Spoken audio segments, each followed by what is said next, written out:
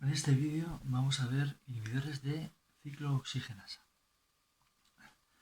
¿Qué es lo que hace la ciclooxigenasa? Pues es la que oxida al ácido araquidónico, que es su sustrato. Este que tenéis aquí, que en el fondo es un ácido graso. ¿De dónde proviene este ácido graso? Pues proviene de los fosfolípidos de membrana, que a través de la fosfolipasa A2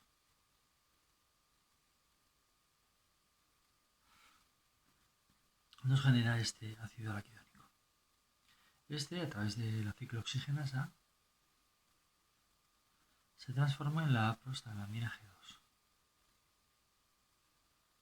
la cual se transforma en diferentes mediadores. ¿Mediadores de qué? Pues mediadores de inflamación, por ejemplo.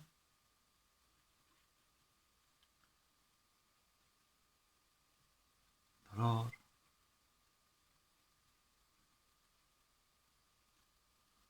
Fiebre.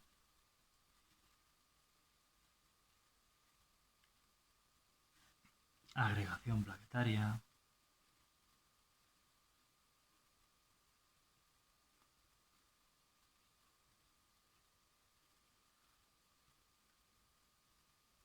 Y también protección gástrica.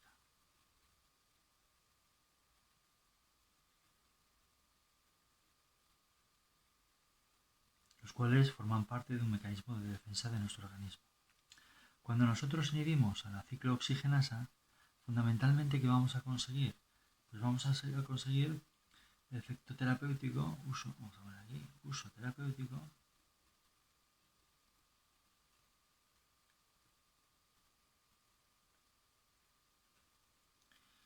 sería antiinflamatorios,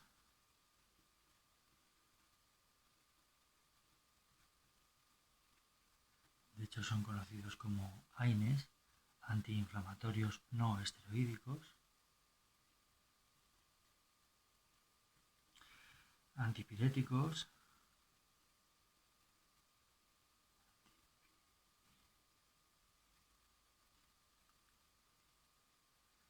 porque evitan la fiebre, analgésicos,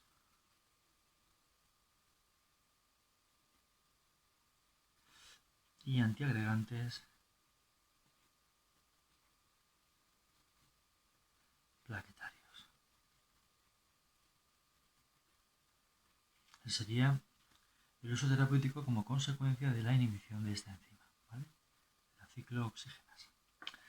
También habría que indicar que esta ciclooxigenasa tiene dos isoformas, ¿vale? La COX-1, responsable de la protección gástrica,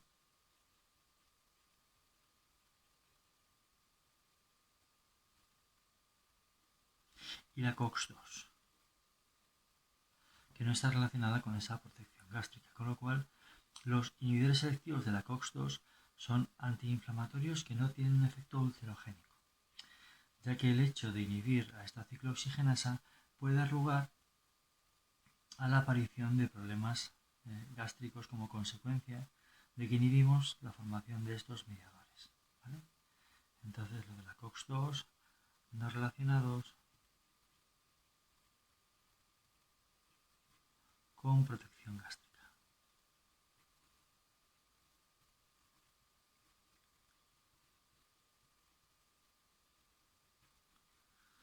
Entonces, los inhibidores COX-1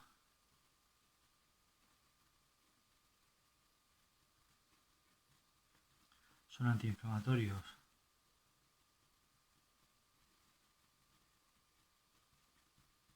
que podríamos considerar ulcerogénicos,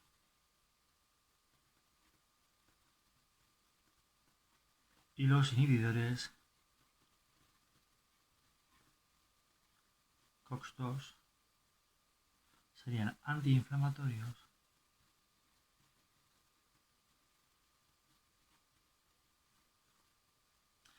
no ulcerogénicos.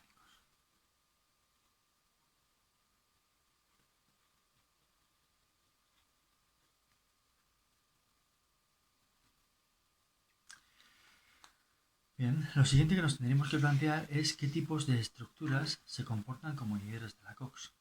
Lógicamente, si el sustrato de la COX es el ácido araquidónico, nuestros fármacos tienen que tener una semejanza estructural con este ácido araquidónico.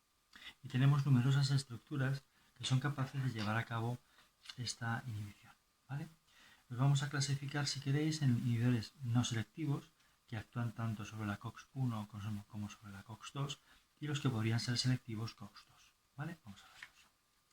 Inhibidores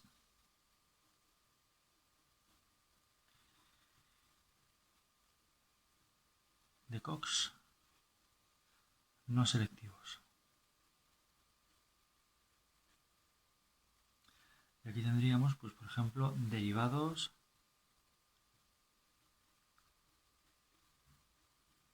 del ácido salicílico.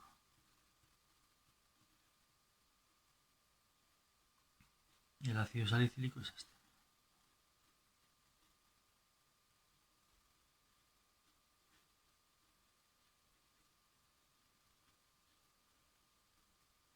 Y sería la aspirina.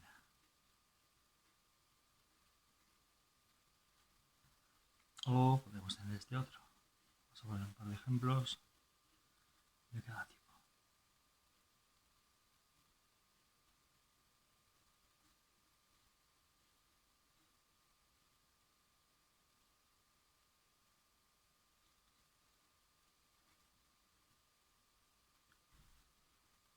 Ese es el diflunisal.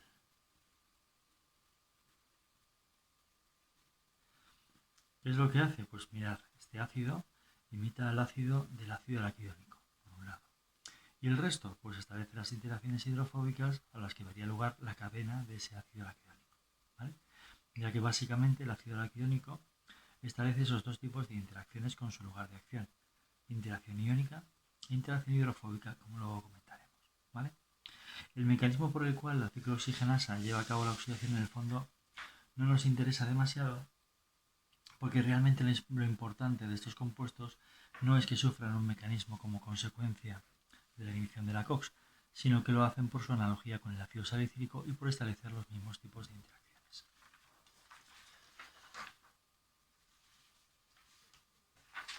El siguiente tipo de derivados no selectivos pues podrían ser derivados del ácido antranílico.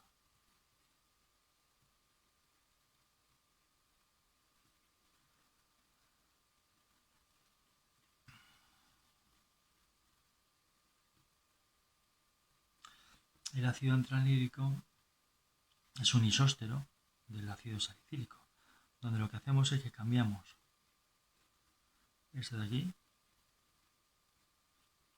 sería el ácido antranílico. Cambiamos el OH por el grupo amino, ¿vale? Y aquí, pues, ¿qué tenemos? Pues tenemos, por ejemplo, este de aquí.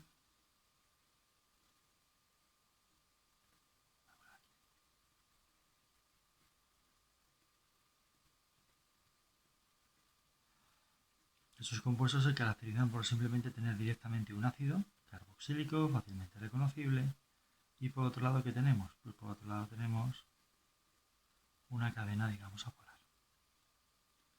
El mecanismo que vamos a proponer para esto y del propio ácido araquidónico sería el mismo. Este, por ejemplo, sería el ácido mefenámico.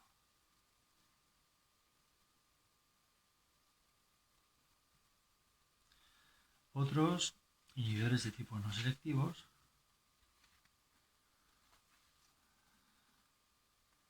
pues podrían ser derivados del oxicam.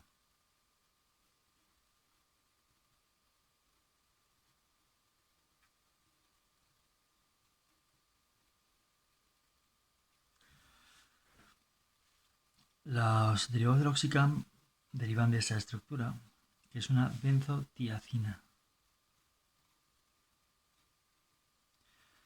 Es importante no confundirla con las tiacidas diuréticas.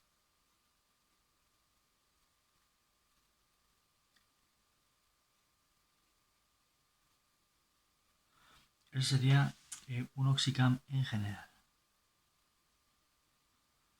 ¿Qué es lo más destacable de este oxicam? Pues el hecho de que el grupo que es capaz de imitar a nuestro ácido carboxílico del ácido araquidónico sería este, que podríamos considerarlo un vinílogo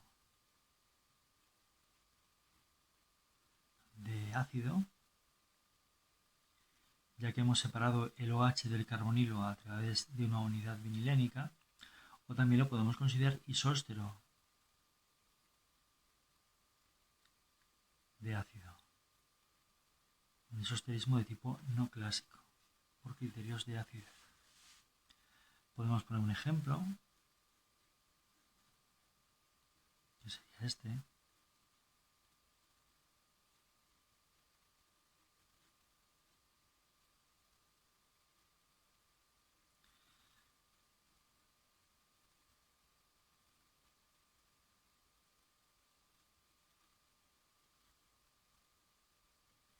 Que sería el piroxicam, ya que tiene una piridina en su estructura, ¿vale? Importante en este tipo de compuestos, ¿qué es? Pues el hecho de que como este grupo que tenemos aquí rodeado con un círculo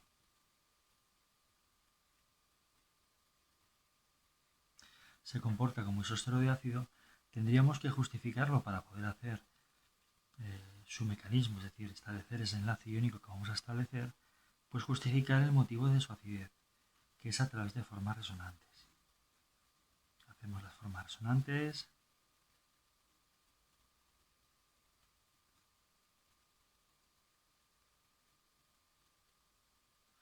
Serían tres,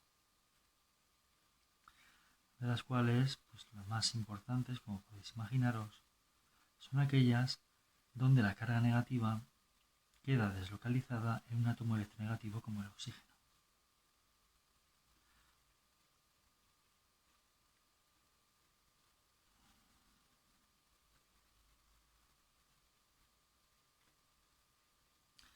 Estas tres formas resonantes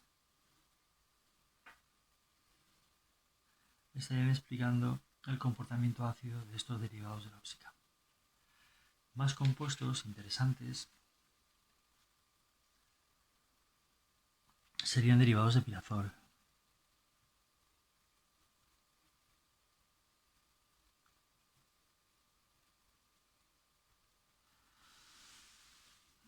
Podríamos poner como derivados de pirazol, pues por ejemplo, la fenilbutazona.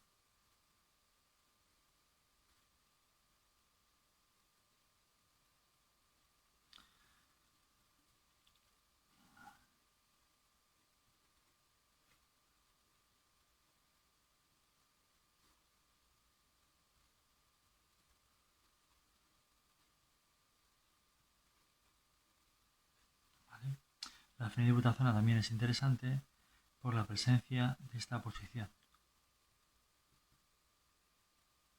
A través de esta posición ácida, que sigue siendo isóstero de ácido,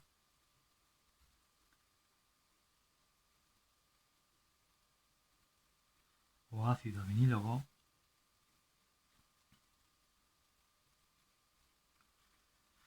ese grupo le permite comportarse como el ácido araquidónico estableciendo un enlace iónico. Pero aparte de esta fenilbutazona tenemos otros, ¿vale? Pues yo que sé, el metamizol, por ejemplo, en el cual pues sí que tenemos un grupo ácido, con lo cual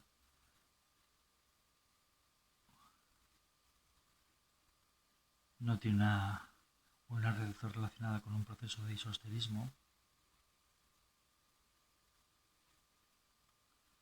Sería el metamizol. Y otros, ¿no?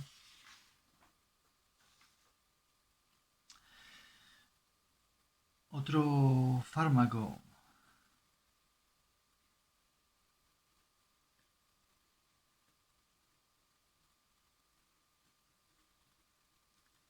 que también puede ser interesante son los derivados del paracetamol.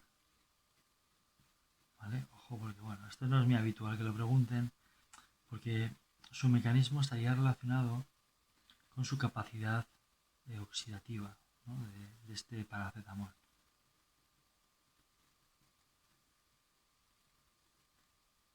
¿Vale? Pero bueno, lo tenemos. o bien este profármaco que contiene también la estructura del paracetamol.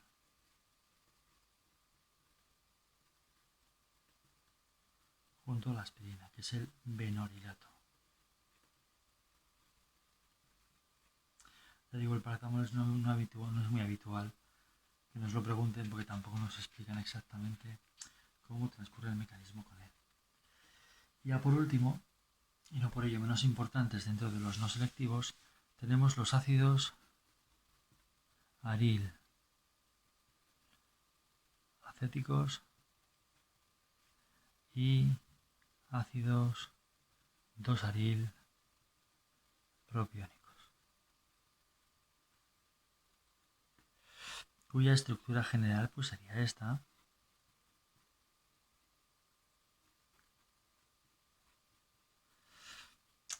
donde si R es hidrógeno, tenemos los arilacéticos, y si R es un metilo, pues tenemos los aril propiónicos.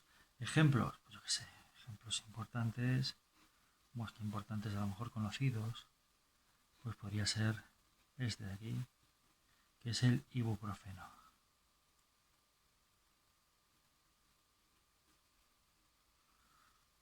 O, por ejemplo, eso dentro de los arilpropiónicos, y dentro de los arilacéticos pues podríamos tener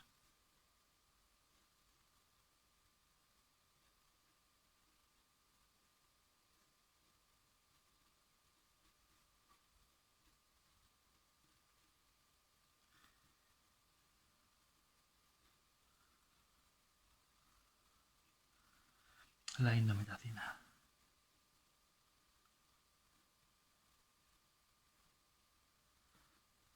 ¿Vale?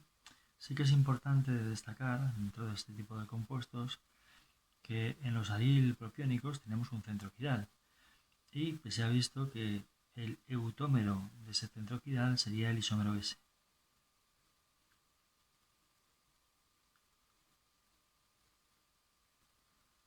¿Vale?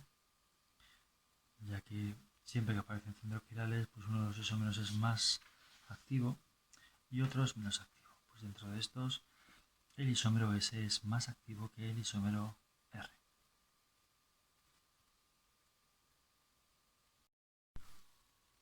Lo siguiente que nos vamos a plantear son los mecanismos de cómo inhibimos a la COX. ¿Vale?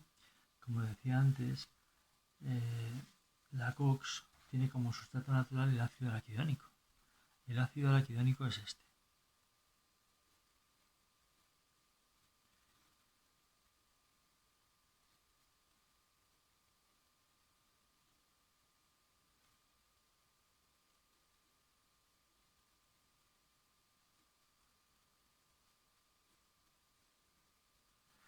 El cual, pues como os podéis imaginar, establece dos interacciones que podríamos llamar importantes. Un enlace iónico, el cual se establece con un resto de arginina del centro activo de la enzima. En concreto es la 120, ¿vale? Lo de los números es lo de menos, pero bueno. Y ese enlace iónico está reforzado por un enlace de hidrógeno con un resto de tirosina, ¿vale? Que es 385. Y luego pues también hay un resto de serina, que es la 530, que en este caso pues digamos que no participaría, pero bueno, está por ahí.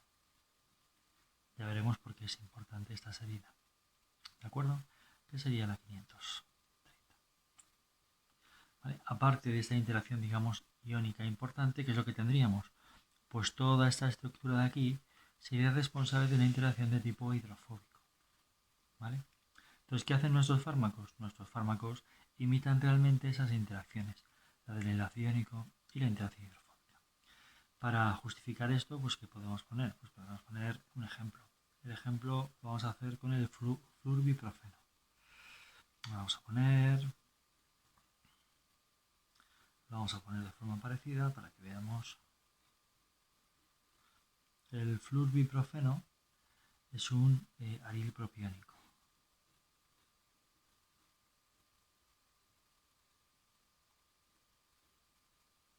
Sería el flurbiprofeno.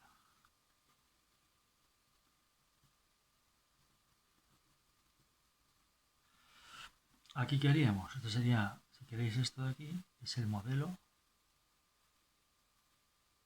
de interacción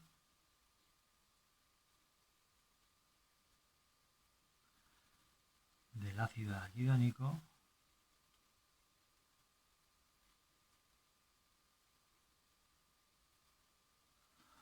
con la COX. Y ese sería el modelo de interacción de un fármaco, de un AINE. Sería modelo de interacción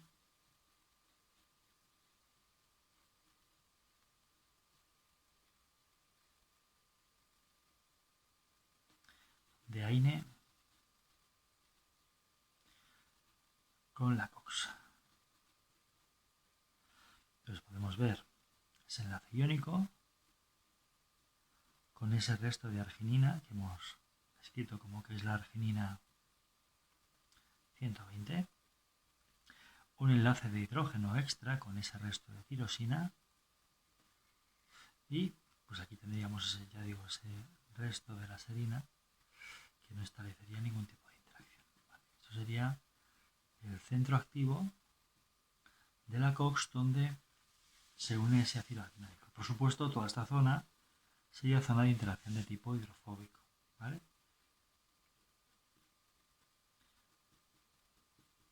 Interacciones hidrofóbicas, interacción iónica reforzada con ese enlace de hidrógeno. Mecanismo en general para todos los AINES inhibiendo la ciclooxigenasa.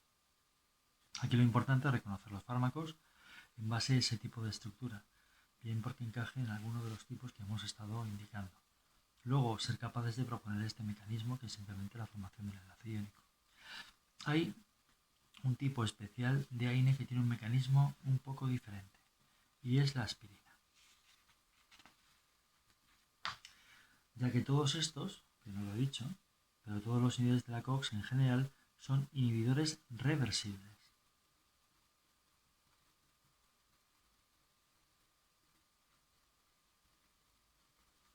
Y si me apuras, son inhibidores reversibles competitivos. ¿Vale? Ahora, hay un caso especial, que es el caso de la aspirina.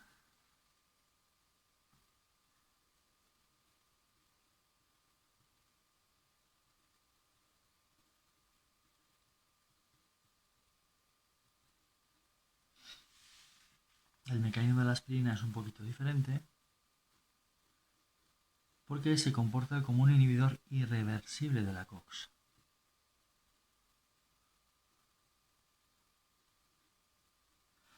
¿Cómo se uniría la aspirina, el ácido acetil salicílico, al centro activo de la COX? Pues haría lo mismo. Establecería el enlace iónico.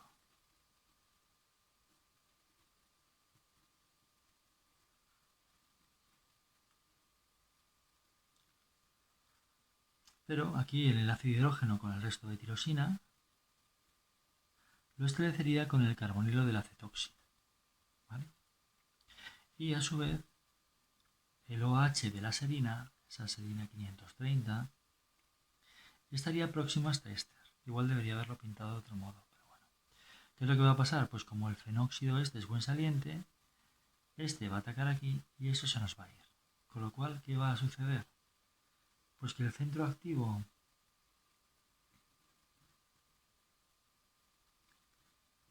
de la ciclooxigenasa se va a quedar unido covalentemente a este resto acetilo. Pensar que esta enzima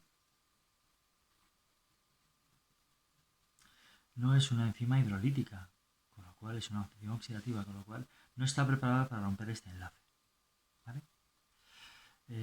Por lo tanto, se forma este enlace covalente que hace que la inhibición sea irreversible. ¿Vale? Inhibición irreversible.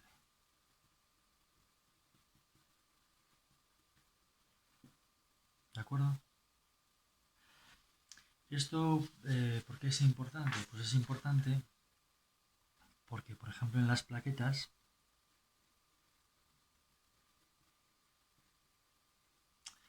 la inhibición de la COX, que es la encargada de generar tromboxanos responsables de la agregación plaquetaria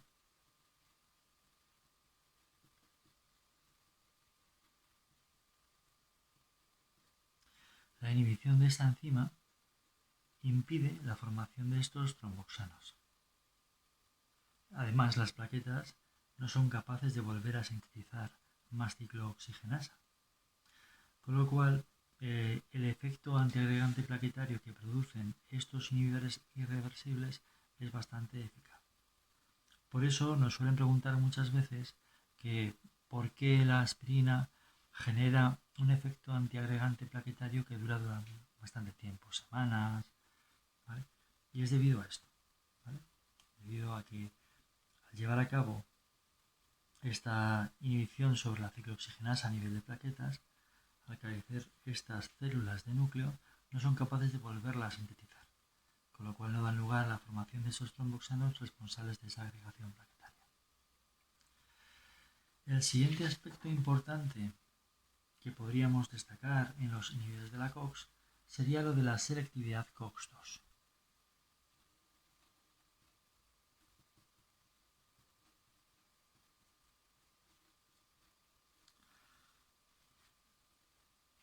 ¿Cómo podemos conseguir fármacos selectivos por esta COX-2? Pues mirad, se han basado en un cambio fundamental, ¿vale? Y es un cambio que hay en aminoácidos que hay entre la COX-1 y la COX-2. Es decir, la COX-1, vamos a poner aquí COX-2, tiene en la posición 523, la posición más importante es la 523, la COX-1 tiene una isoleucina. Y sin embargo la COX-2 tiene una valina. Hay algún cambio también importante, como por ejemplo puede ser el aminoácido 513, que en la COX-1 es una histidina y la COX-2 es una arginina, ¿vale? Eso también puede ser algo interesante, ¿vale? Entonces, ¿en qué está basado esto? Pues mirad, en el centro activo, vamos a imaginarnos cómo sería el centro activo de la COX-1, ¿vale?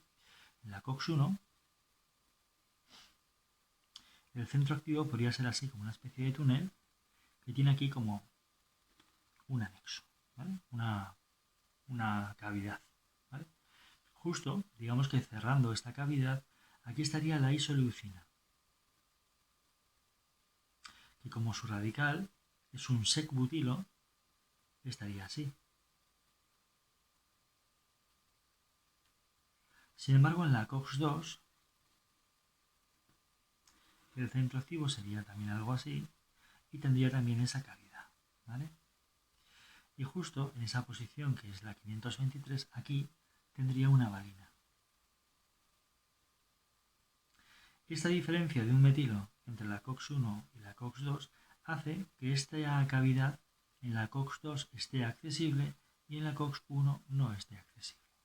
En esto se han basado fundamentalmente para llevar a cabo el diseño de fármacos selectivos COX-2.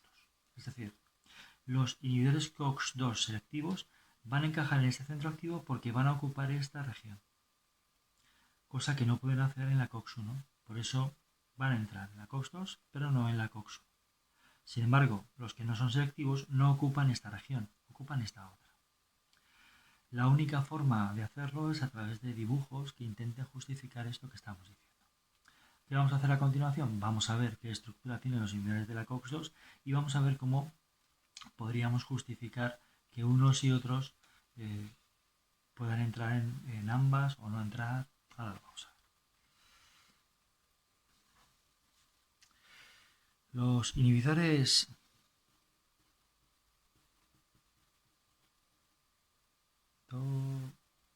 COX-2, ¿qué es lo que tienen en su estructura? Pues mira, tienen un heterociclo,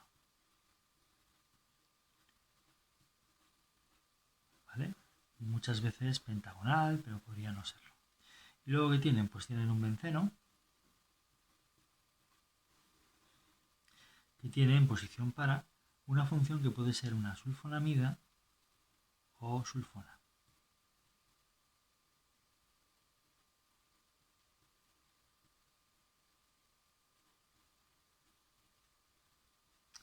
Y este heterociclo en su posición orto, ¿qué tiene? Otro anillo aromático.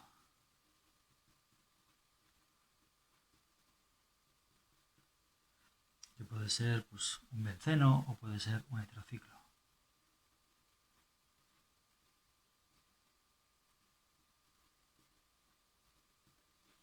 Esa sería la estructura. Heterociclo con sus posiciones orto sustituidas por dos anillos aromáticos, uno de los cuales es un benceno que en su posición para tiene una sulfonamida. ¿Vale? Vamos a poner algún ejemplo. Ejemplos típicos, pues podría ser este. Esta zona, donde está la función, es la que encajaría en ese túnel o en esa oquedad que es accesible en la COX-2, pero no es accesible en la COX-1. Ese de aquí sería el celecoxib.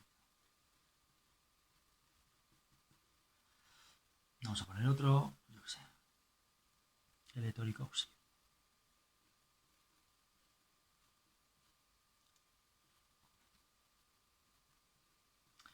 Y normalmente... Uy, espérate que este es un CH3.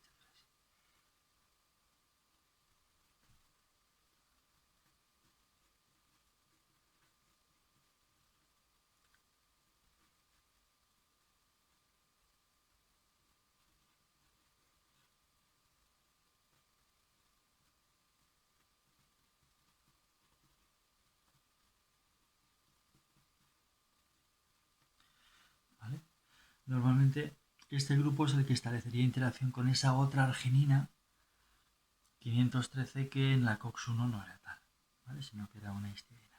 ¿Vale? Eso sería la estructura más o menos fácilmente reconocible de estos inhibidores de la COX-2. ¿Vale? Fijaros, importante.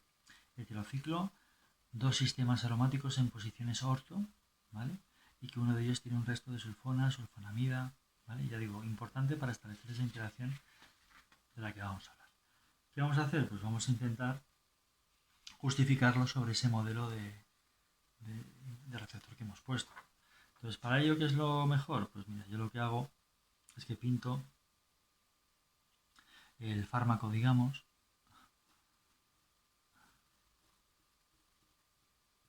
por ejemplo, lo voy a poner con el celecoxib, ¿vale?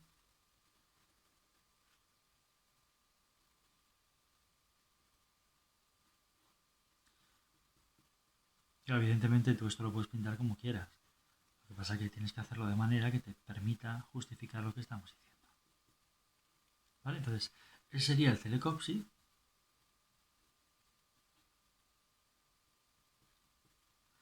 Uniéndolo a la COX-2. ¿no? Entonces, pues esto sería como el túnel ese que hemos descrito antes. Y aquí justo estaría la valina, que me permite el paso de esa estructura en esa zona, digamos, en esa oquedad. ¿Vale? Ahora, sin embargo, ¿qué sucede en la COX-1? En la COX-1 tendríamos una isoleucina. ¿Y qué tendríamos aquí? Pues tendríamos ese metilo. Este metilo, que es la diferencia que hay entre el isopropilo de la valina y el secbutilo de la isoleucina, es el que no permite que el celecoxib pueda entrar en esta disposición. ¿Vale? Ese es el punto clave. Ahora, además, en el centro activo de la COX-2 hay un resto de arginina que es el que me permite establecer aquí una interacción de tipo electrostático. No es un enlace iónico, pero que es una interacción entre esa sulfona o sulfonamida con ese resto de arginina que es la 513. ¿Vale? Pero este celecoxib, no podría entrar aquí.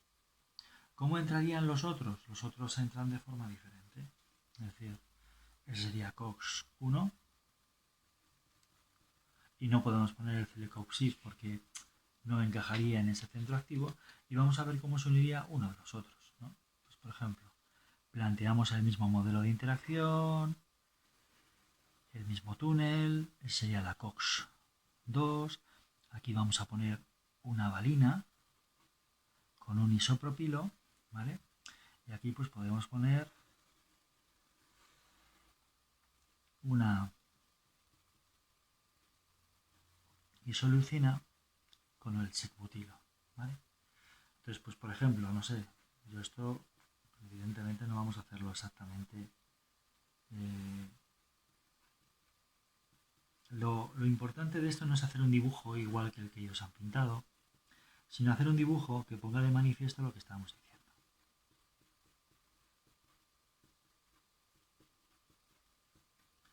Entonces, fijaros, ¿qué es lo que hace, por ejemplo, no sé, el ibuprofeno? Pues mirad, el ibuprofeno establecería una interacción así, y como veis, yo no necesito encajar en esta zona. Por eso el ibuprofeno es capaz de unirse tanto a la COX-2 como a la COX-1. Y por lo tanto eso haría que fuera un inhibidor de la COX no selectivo.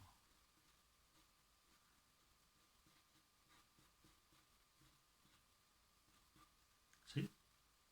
Entonces aquí en este modelo podemos observar que el ibuprofeno inhibidor no selectivo es capaz de unirse a la COX-2 y capaz de unirse a la COX-1.